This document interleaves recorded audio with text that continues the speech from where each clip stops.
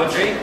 And what I mean by that is, that's when two unrelated shapes are seen as similar. And an example I could give you would be to talk about faces in clouds. When people look at the clouds, they say, oh look, it's a hippopotamus, or they look at the... Well, I can't tell you that tonight, but I can show you some examples. And I think it's critical because it's a region in which science and art actually come in contact with each other. So you have to understand quite a lot about the science of vision, but it's also of direct relevance to how we and machines may come to appreciate art in the future. So tonight's demo is in two bits. One is a series of examples of human performance in terms of visual analogy, and then I've got some examples of machine performance. A machine actually making visual analogies between shapes that are different. When I was a kid, and this is a very old see it, I couldn't see that this was Africa and that this was Europe. The thing that struck me was that a journalist called Alan Wicker, who you've probably never heard of, but I just got to wonder why he bought this car. Going cheap, it's because it looks like him. And if you look at his glasses and the smirk on his face, it looks like his Bentley's smirking right back at him. And so, this is all part of the idea of visual analogy. How do we actually see faces on the front of a car? And so on and so forth. We take it for granted. We look around, we see faces, we see shapes, we see numbers. Hey, no problem. That's just straightforward, isn't it? Until you come to try and make a machine do it anything like as well as you can. And then what you've got, objects can be seen incorrectly, or body parts, and I'm going to take you through a range of images extracted recently from the World Wide Web. Don't ever go near the World Wide Web because it's a bad place and it's full of bad images, and you really need to have that security on Google switched on. And I'm going to screen out all the bad stuff and only show you some interesting stuff. As a child, once again, in my psychotic childhood, learning to draw pictures, one of the kids in class suddenly drew little M's all over their picture, and we realized, lo and behold, hey, you can draw seagulls. Seagulls do developing fonts. You can see here, these are the shapes. Why on earth this should be of interest to people, I don't know, but the very fact that humans can look at that crocodile and say, oh yeah, of course that's an E, is something which most machine vision or robotic programs would have a hell of a hard job with. Notice here are some letters and numbers, but these are actually found naturally on the wings of butterflies and moths. It's really, really hard to believe. I find it really hard to believe, for example, that this 8 in the bottom row is actually a natural phenomenon, but it does exist. And the fact that we as humans can see this is pretty well remarkable, really. We're constantly looking for shapes we know in contexts that we don't understand. Even road signs, if you carefully crop these things, you can make words up, for goodness sake. Natural phenomena like mountains are very good. Anybody can, I mean, it's just an obvious W here, and in fact it's known as W mountain, because of the fact that this shape reminds us, in some subtle way, as yet incompletely understood, of a W. Here on a website, which is actually manacles.co.uk, don't ever go there really, I think these people ought to be arrested. But I found this picture of a set of handcuffs. It's immediately H-shaped. Here, for example, we're used to seeing swans or geese flying in the sky in the shape of something fairly simple, like a V shape. And if we go into the world of faces, pretty much everything can be interpreted as being a face. We're particularly keen on face recognition as humans. Here, for example, is a lump of rock, which people claim is Neolithic art because it's got 3 holes. You don't need anything more than 3 holes to be Neolithic artists. Here someone has spent what looks like an entire lifetime equipping this sandcastle car with a beautiful thing. In Belfast we have a giant rock that hasn't been blown up yet called Napoleon's Nose, and it overlooks the city, and here indeed is a picture of the Emperor Napoleon lying on his back with a giant crook nose sticking out of the mountain side. Advertising is a big user of visual analogy. And the thing that gave this away to me was the fact that this hillside here slopes backward and yet it's covered in beardy trees. It seems a bit unlikely, but they're constantly working on our ability to spot other things in unusual ways. Once again, made up of parts of a house. We don't seem to be fazed by that as people.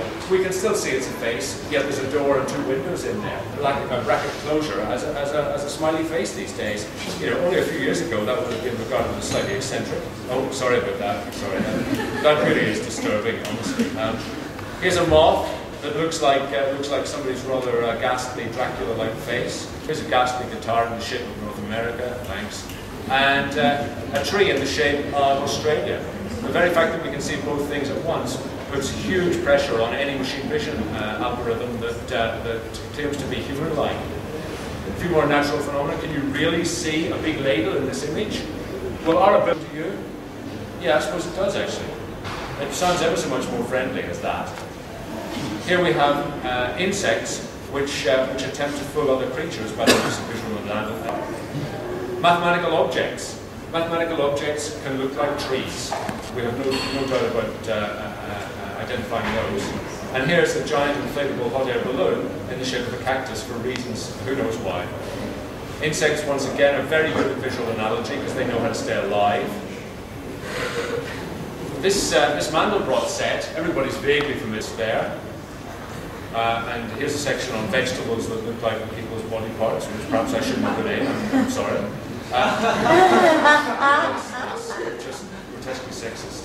It's to be likened to a cello. It's really a ghastly picture, but I think you get what he was aiming at.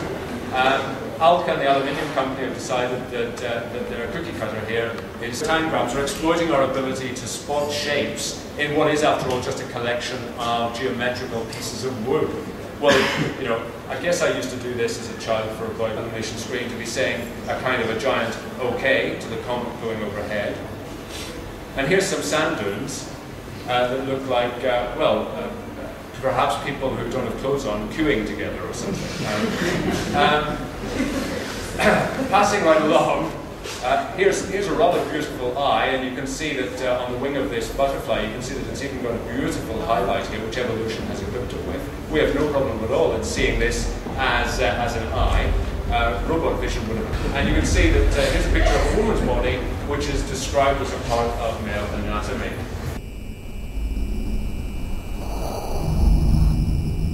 Example is a star-shaped island, not the easiest task in the world for machine vision. We call this shark a hammerhead because its head reminds us of a hammer.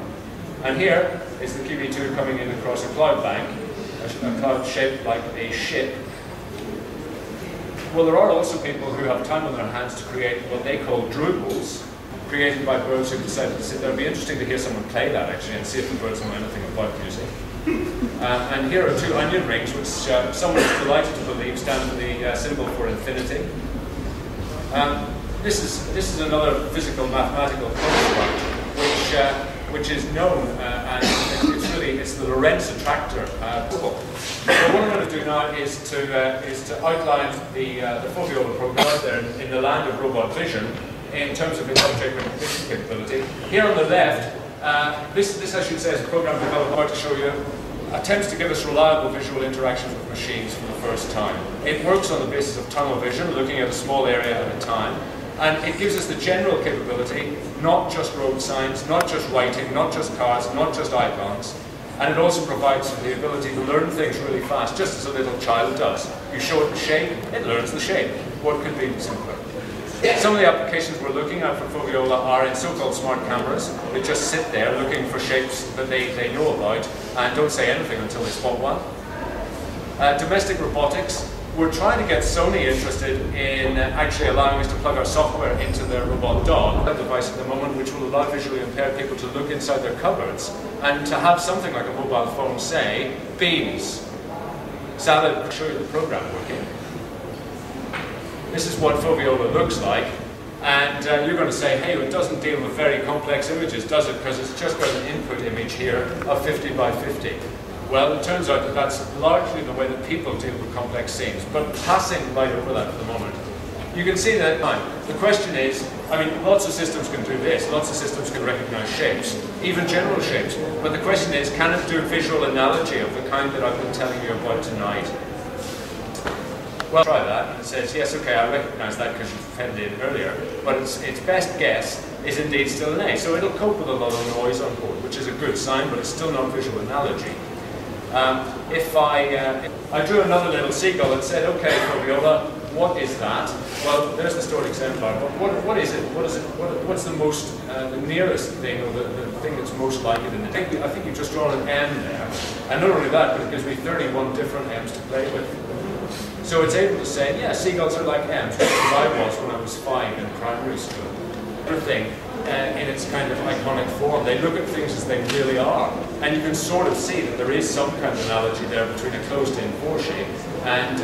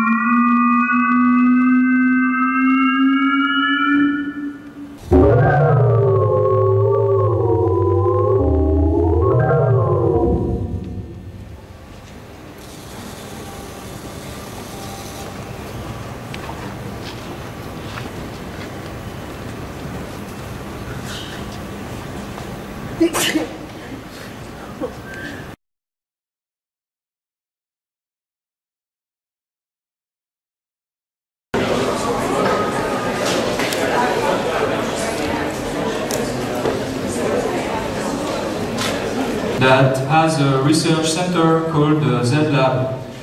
In the Z-Lab, I am building on a regular basis small machines and make films about them, other experiments, which all deal somehow with the relation between humans and machines and technology on a wider approach.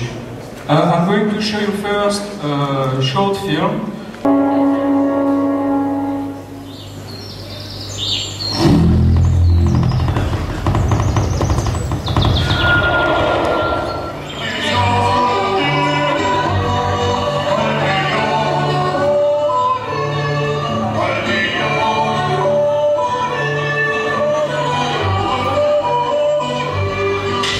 Ladies and gentlemen, good evening.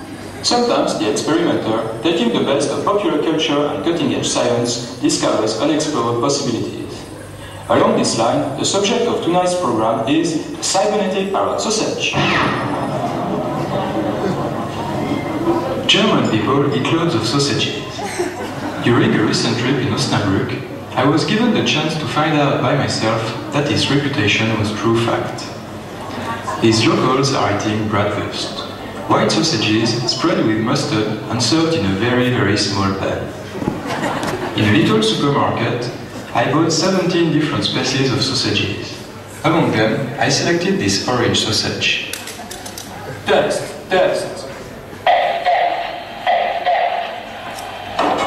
I also purchased an electronic toy parrot that I took apart in order to extract its vital organs. Inside the parrot's body, I found a quite complex electronic circuit fitted with a sampling chip and a delay chip, an electrostatic microphone, an electric motor, a battery case, and a little speaker. All the spare parts being gathered, the assembly stage could begin.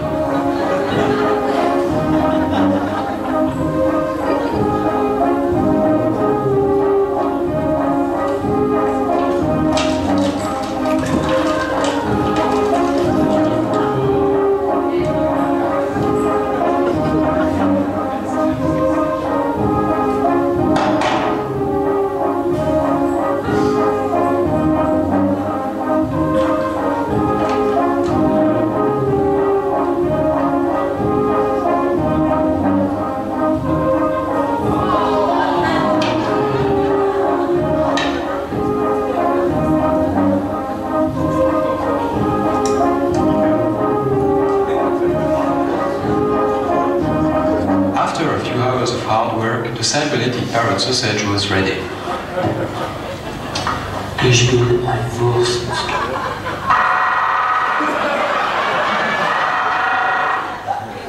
The first try was not convincing. I took the sausage apart and checked all the circuits. Ich will ein Wurst.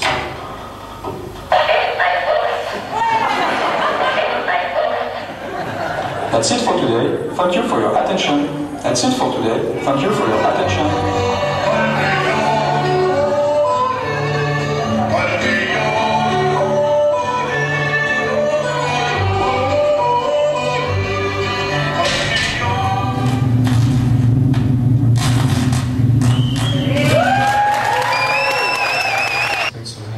So start with a biological diagram about what a hair is. So to make things short, a hair is just particles of dead skin piling up in a sort of little pit in your skin called a hair follicle, and it piles up, it piles up, it piles up, and it goes out, and after a few months or years it dies and falls and the new one starts.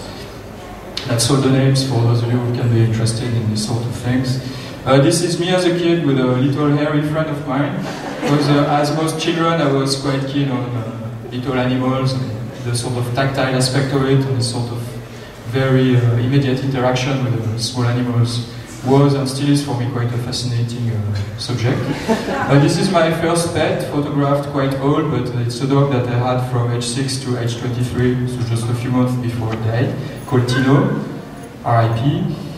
This is a hairy influence of childhood. Captain Caveman, who has lots of hair and can disguise, and there is a massive button. And he also is able to pull quite nice chicks. So maybe there was a relation. It was just at this time of my life where I was getting a bit concerned about what was happening. It was also said that maybe a bit earlier on. Another hairy aspect, the barbouille, as it's called in France. The artist, the member of the Barbapapa family, is a hairy character. That's a bit later on, and that's Chewbacca, of course. Interestingly enough, Chewbacca, when I saw it first, I was just entering puberty. So this is one of my pubes, quite a few years later. And this is a sad anecdote about puberty. So this is me here. I think I got. So this is me. This is the bully of the class, and this is one of the pretty girls with long hair.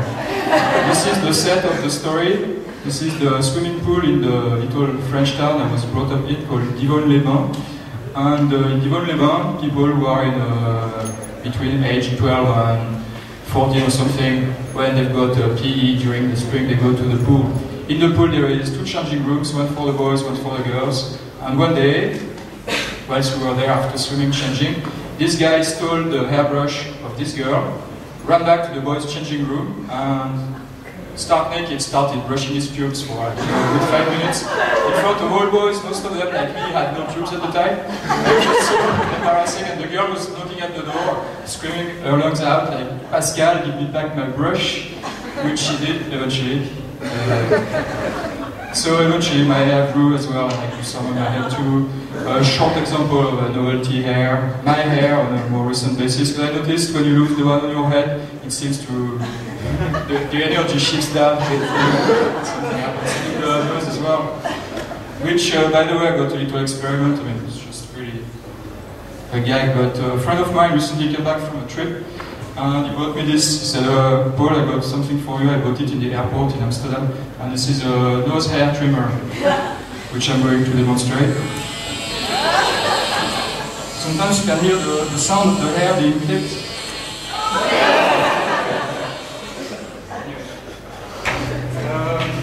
Moving on, that's it, that's the nose, before, after. And now, end of the biographical aspect, we move to the more techno, Z-Lab related activities. So this is a Tamagotchi, and the Tamagotchi is a piece of toy that I found really inspiring when it came out, I know, something like 1998. And I'm going to show you a short film about a version of the Tamagotchi I made myself called the Fluffy Tamagotchi.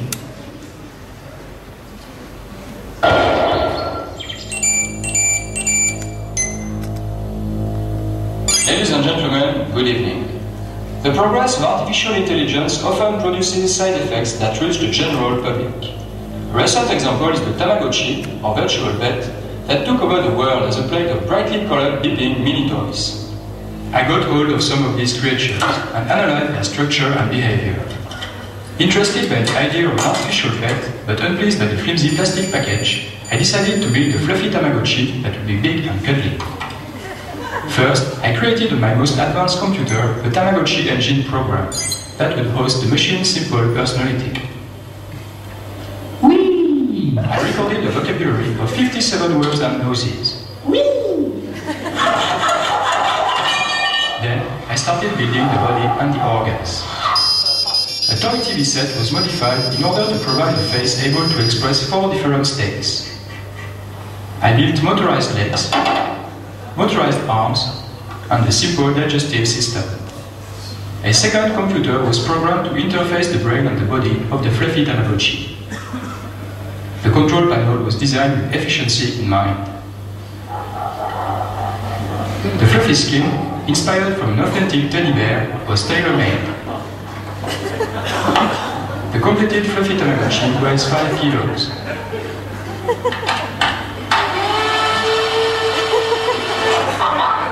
Like all Tamagotchis, it needs loads of attention. Its diet consists of 10 mini hamburgers per day. It is very fond of being played electronic music.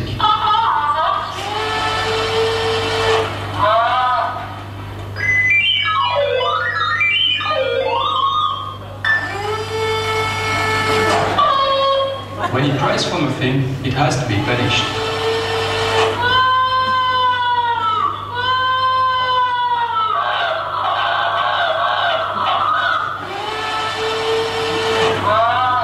And when it is well fed, it produces a little blue poo.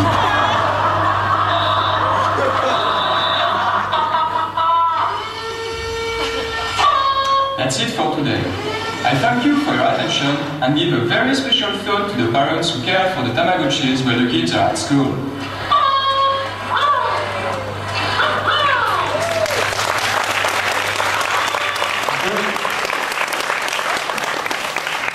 So moving on to the next, and this is another of my hairy robots. This one is the largest robot I made. It is a robot I saw in a dream, like I think it was a couple of years ago now. I woke up in the morning and had this image stuck in my mind from a very obscure dream about this 6-foot-high creature covered in hair from head to knees, distributing quite generously karate kicks. So I thought, let's get to work. It's just quite an interesting, sticky image. So I decided to build this creature and I baptized the robot Furman.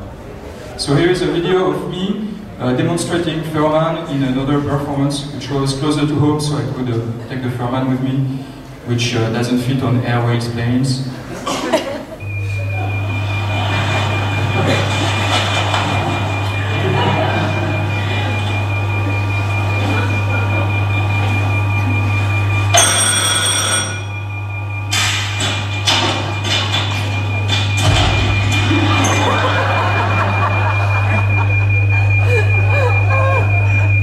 So quite a straightforward system.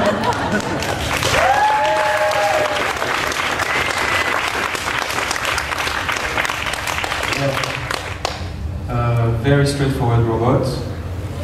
And moving on to the robots I brought with me in my suitcase on Friday. This is an early diagram for one of the robots I'm going to demonstrate live tonight. This is a diagram for a pair of robotic ears.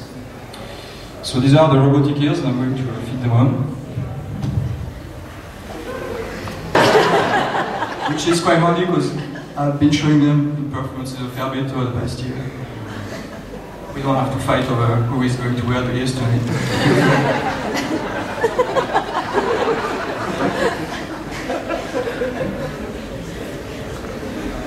Right, so autonomous robotics, for the geeks among you, you probably noticed the Tamagotchi is powered by the DC microcomputer.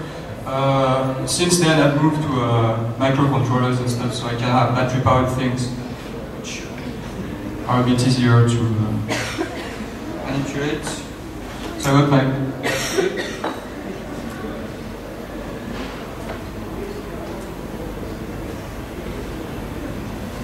actually I got to think what is to go in which place, because I'm going to fit another robot and play some music at the same time, so sometimes I fit the battery in the wrong spot and then I can't play the music proper. And here we go. So the control panel for the ears is fairly basic. You've got buttons to start. So that's the reset position. And then you can move the right and left ear independently using the buttons. So for a while it's sort of interesting. So okay, here is my left ear moving, oops, left, anyway, or the right. And then you've got another button to bring the ears to central position. And then you've got yet another button, which is once you're fed up pushing the levers, you can just set them to a random continuous action. Which is the position I'm going to leave them in for tonight.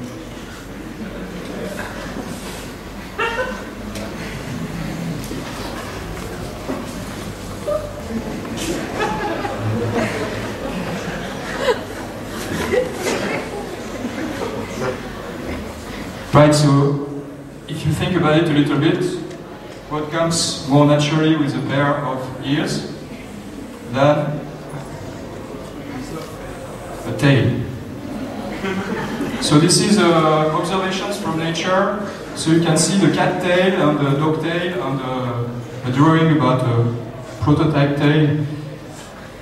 So after observing nature, I decided that a dog tail was probably, much easier to emulate because the motions are mostly wagging and tail up, tail down, whereas the cat is much more unpredictable, and it's also much harder to read the cat's emotion from the position of its tail compared to the dog, who is very straightforward. So I thought I'm going to build a tail that grossly mimics a dog's tail.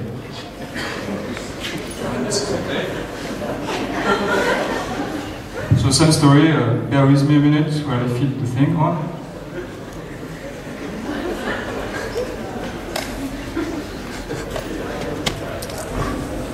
I need to have two belts for the tail, a solid leather one to hold the weight and another little strappy one to stick the tail in position.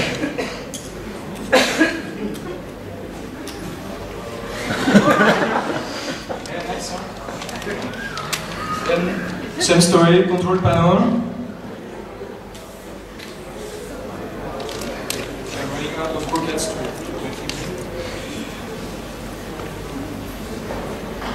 and the power supply.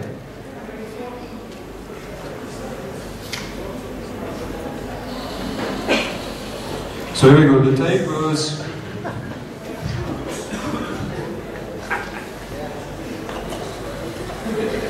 down, up. It's got two different speeds for the wagging.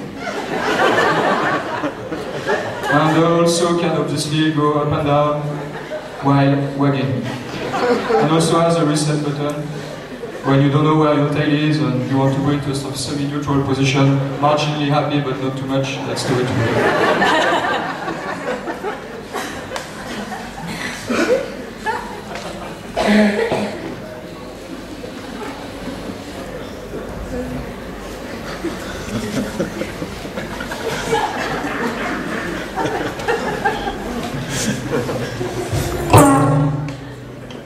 Moving on to the next part of the program. So I thought, well, okay, very nice, I got the tail, I got some ears, but what does it all mean and what am I going to do with this kit? So I decided to make a song called Animal, which is actually, that's the tail-mounted video camera.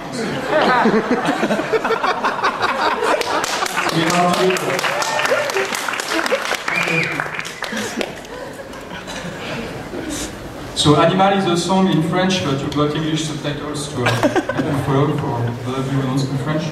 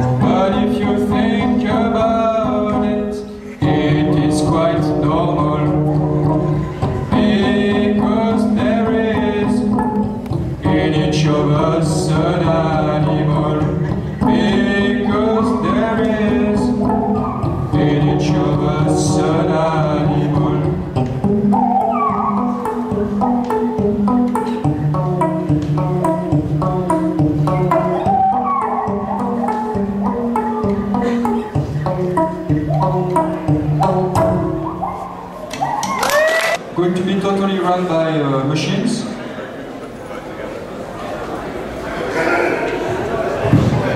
So this is a techno, very basic techno song called, which is going to be played by electromechanical computer-controlled drum machine featuring a bass drum and a sort of snare drum. Just go to adjust the levels a bit.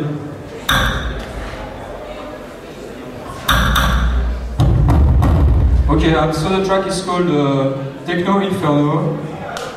And it features, as I said, oops, got a little, yes, here we go. The glitch is from there.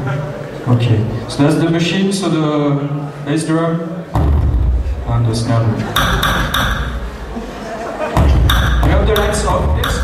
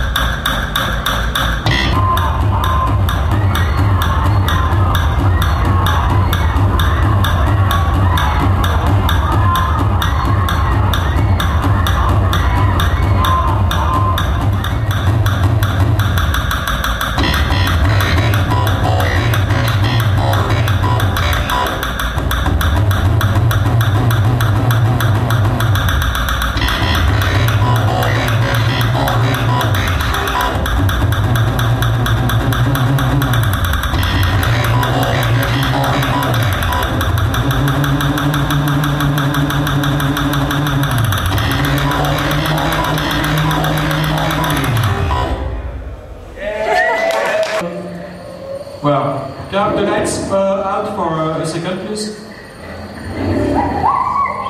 Just for the atmosphere. Lights! Lights out! Thank you. So the atmosphere is imagine, or let's say more, sometimes I imagine that I'm back in the jungle or something, or more likely I imagine that I don't have electricity, stuff like this, and I think about what it is I actually know how to do, apart from like pressing button and using my soldering iron a little bit. And following this line of thought, I've decided to start a project which is going to be the hardest for me to perform tonight and the most experimental, which is to make a fire using a very traditional, ancient method of rubbing a stick on a piece of board. So it's like going low-tech way back and see what can be. So it's very hard to light a fire this way. So I hope I'm going to manage to... Anyway, we're going to get started. We can have the lights back on, please. So I will try to talk to you while I do the business.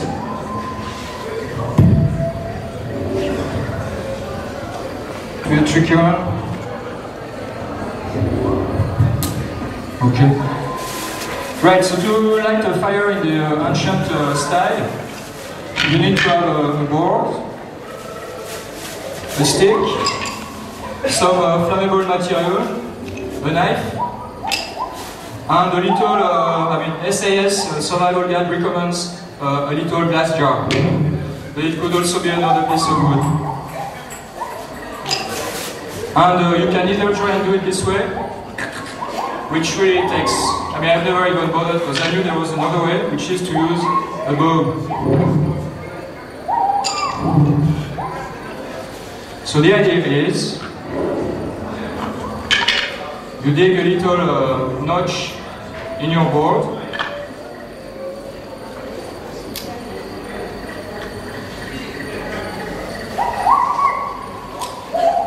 you've probably seen this done on TV, like, but it's quite different to see it on TV and try to make it happen, as I found out by myself. So flammable material, you stuff it as you can in your little notch. So I got bits of grass.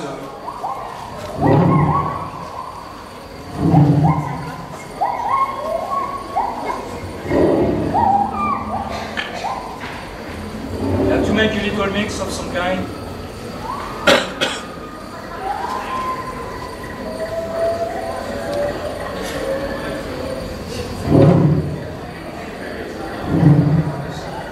Then you grab your bow.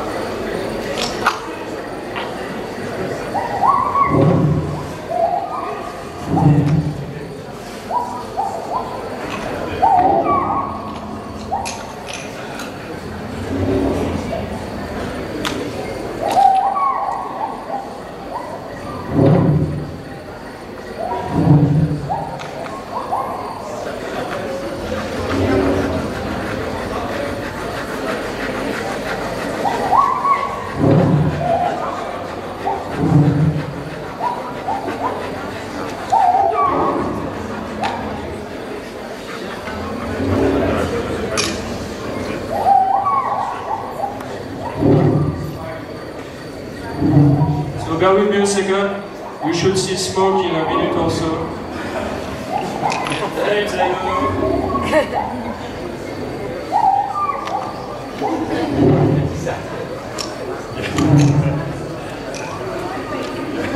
We could speed up the process by using a board that's been prepared earlier.